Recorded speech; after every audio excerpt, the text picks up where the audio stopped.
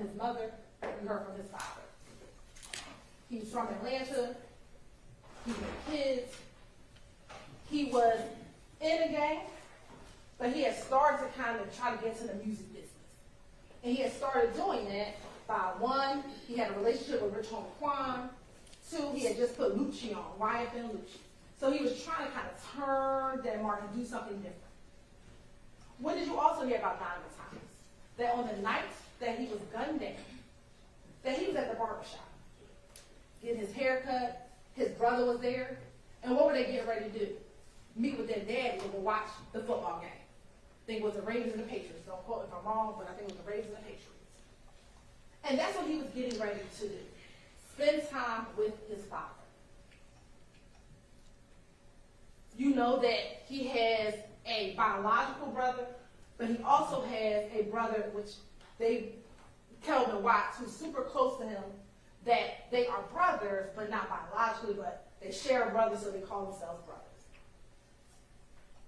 He said he was trying to get in the music industry. That's him with YFN Lucci. That's him with Rich Homie Quan. And so much so that after his death, Lucci had a whole album dedicated to him, Long Live Nut. And we know that Peanuts was his nickname. Now let's go over some timelines, because I think oftentimes we focus just on the murder, but there's some things that led up to that day that is very important for you to consider as you continue to look. So we know in September 2014, Rich Homie Quan's father's barbershop shooting. Now, Mr. Copeland, we're going to talk about Mr. Copeland, told you on the stand here that him and Threat were responsible for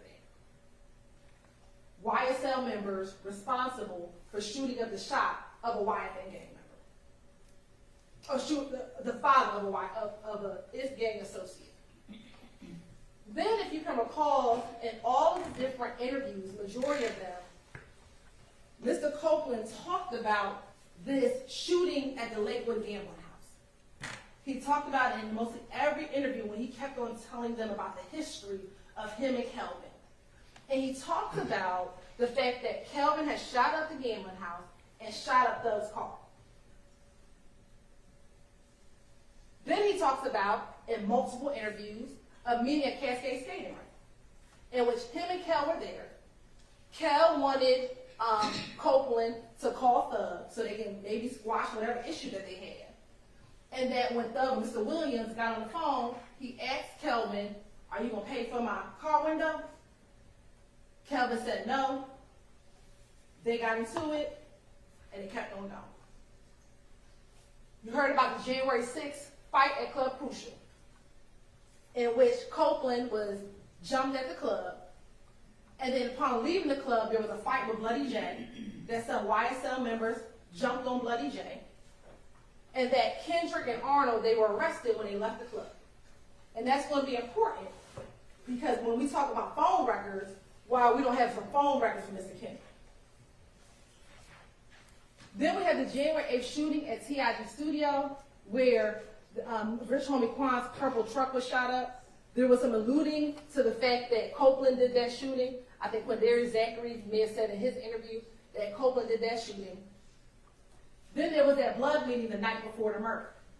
Now, I know that Mr. Sharp played for you the clip in which Copeland says that the blood meeting was about him, but remember, the blood meeting was also about Mr. Williams.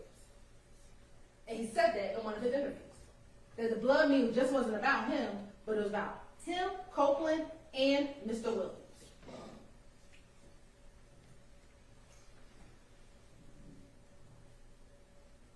Then on January 10th, you have the death or the murder of Mr. Donovan Thomas at 330 McDaniel Street. Then you have the retaliatory shootings begin immediately. See, the streets knew what it took the state and the government a long time to figure out. They went directly to who they thought killed Donovan Thomas. They immediately started shooting at Jeffrey Williams' family's house and Kenneth Copeland's family's house, because they thought that both of them were in on it. Also, in the late morning hours, early on January 11th, Kenneth Copeland meets with the Atlanta Police Department, and many of the YSL members, they flee to Miami. You have more retaliatory shootings. I'm just going to go back.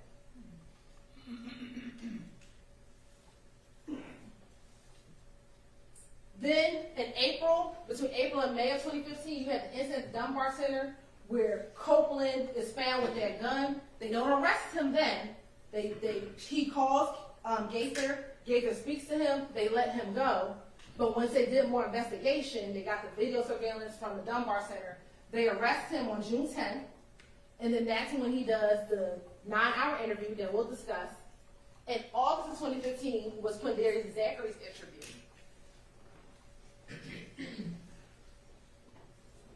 In September of 2015, Shannon becomes the target of 2 shootings, one at the Green Store, the other one with Ms. Tierra Jones. In October 2015, arrest warrants are taken out for Garlington, Copeland, Sledge, and Stillwell. In November 2015, there was a preliminary hearing. The case was dismissed against Sledge. In 2016, the case was dismissed against Garlington and Copeland, and Stillwell received a bond. Between 2016 and 2018, there was some additional investigation and follow-up, and the indictment came in 2022. We're going to talk more about these dates, but I want to give everyone a general timeline overview.